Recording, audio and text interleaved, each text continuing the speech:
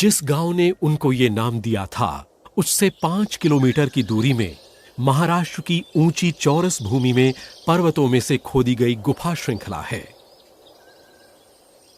अजंठा के नाम से पूरी दुनिया में विख्यात है।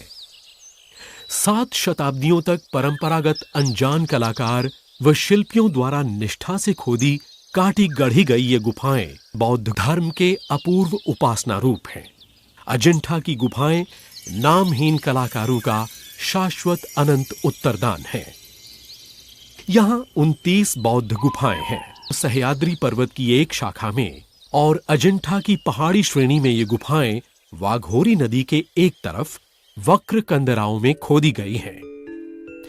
वास्तुकला के ये कलाकार इतने कुशल थे कि किन्हीं-किन्हीं गुफाओं को 100 फीट तक खोदकर निकाला है। यहां के चित्रों का इतिहास काफी लंबा और घटनापूर्ण है। समय के ढांचे को लांघता अनेक राजवंशों के बीच से होता ये चित्र पीढ़ी दर पीढ़ी कलाकारों द्वारा अनेक शताब्दियों तक बनाया गया था।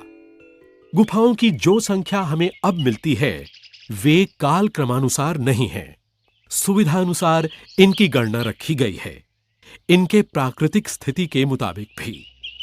अतः गुफा नंबर 9 और 10 सबसे पुरानी हैं। उनको बनाने में 400 साल का लंबा समय लगा। ईसा पूर्व 200 से लेकर ईसा के 200 शताब्दी तक गुफा नंबर 10 के खंभे 350वीं शताब्दी में ही शायद जोड़े गए या इससे भी देर से।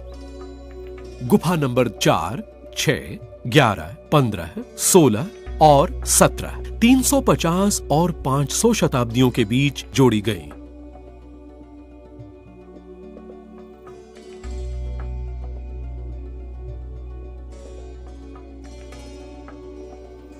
अजंठा की गुफाएं पैठन के उत्तर में 130 किलोमीटर की दूरी पर स्थित हैं।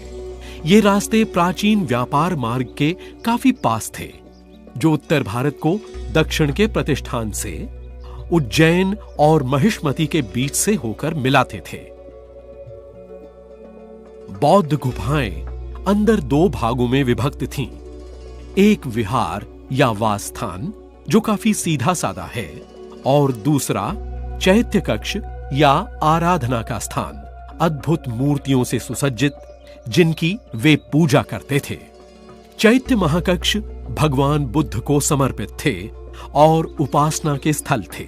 ये विशाल आयताकार कक्ष खंभों की श्रेणियों से विभाज्य हैं और चक्राकार मध्य भाग से मिले। प्रार्थना के समय परिक्रमा करने के लिए ये तीनों तरफ से घिरे हुए हैं। चूंकि ये भगवान बुद्ध को समर्पित थे, इसमें मूर्तियां और चित्र बोधिसत्व के अनेक अवतारों के वर्णन से भरपूर हैं। विहार बुद्ध के धार्मिक उपदेश, ध्यान और अध्ययन के लिए भिक्षु उपयोग करते थे। ये आयताकार कक्ष थे जिनमें छोटी-छोटी कोठरियां पंक्तिबद्ध दोनों ओर जुड़ी हुई थीं। प्रवेश के सामने बुद्ध की मूर्ति या स्तूप थे। अजंठा की गुफाएं निर्माण कला के अच्छे नमूने हैं। ये 2 भिन्न-भिन्न परिवर्तित कालों में बनाई गई हैं। एक तेरवाड़ और दूसरा महायान काल। तेरवाड़ काल में 2 चैत्य कक्ष गुफा नंबर 9 और 10 बनाए गए और 4 विहार कक्ष जो गुफा नंबर 8, 12, 13 और 15 में हैं। महायान काल के अंतर्गत 3 चैत्य कक्ष गुफा नंबर 19, 26 और गुफा नंबर 29 में और 11 अद्भुत विहार गुफा नंबर 1, 2, 4, 6, 7, 11, 15, 17, 20, 21, 22, 23 और 24 में है।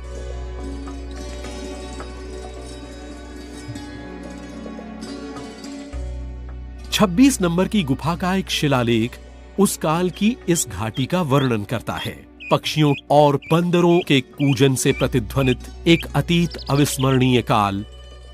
गुफा नंबर 16 में एक शिलालेख है जिसमें इन भिक्षुओं को पर्वतों के वैभवपूर्ण शिखरों और उन पर लटकती हुई वर्षा काल की घनघोर घटाओं के बीच रहते दिखाते हैं।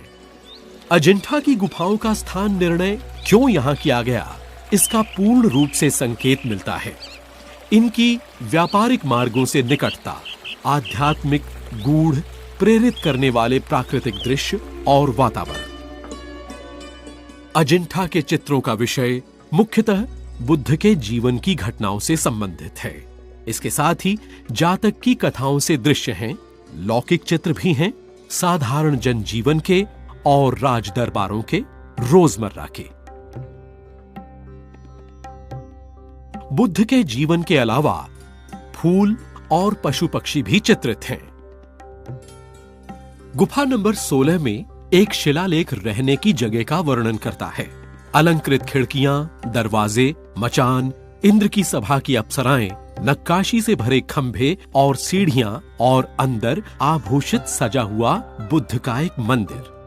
अजंठा की गुफाओं का मुख्य उद्देश्य बुद्ध के आदेशों का प्रचार और उनकी जीवनी की घटनाओं का वर्णन था। अजंठा की इन गुफाओं से ये भिक्षु कब निकल पड़े, इसका कोई स्पष्ट सबूत नहीं है। तथापि ईसा की 9वीं सदी के अंत में ये विहार उपयोग में नहीं थे। इस प्रकार अजंठा की ये गुफाएं विस्मृत शताब्दियों के बाद पुनरुद्धार की प्रतीक्षा में रहीं। पत्तियों की झुरमुट में छिपी ये गुफाएं मनुष्य की असावधानी के कारण समय के साथ उजड़ती अपने को पंचभूतों के हाथ सौंप चुकी थीं। शिल्पकला के ये अपूर्व नमूने पुनर्जन्म की प्रतीक्षा में परोपकारी सूर्य किरणों के प्रकाश और पहचान की आशा में पड़े रहे।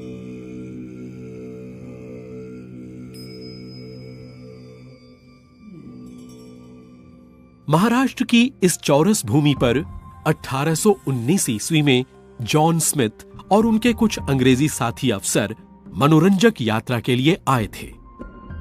घाटी के उस पार हरी पत्तियों से घिरे पहाड़ों के बीच जलाशय युक्त वक्र ढालुओं की रेखा सी दिखाई पड़ी। जानने की तीव्र इच्छा हुई। उन घने पत्तों के गुच्छों के बीच उन्होंने जो अतुल्य निधि देखी, वो उनकी कल्पना के बाहर थी।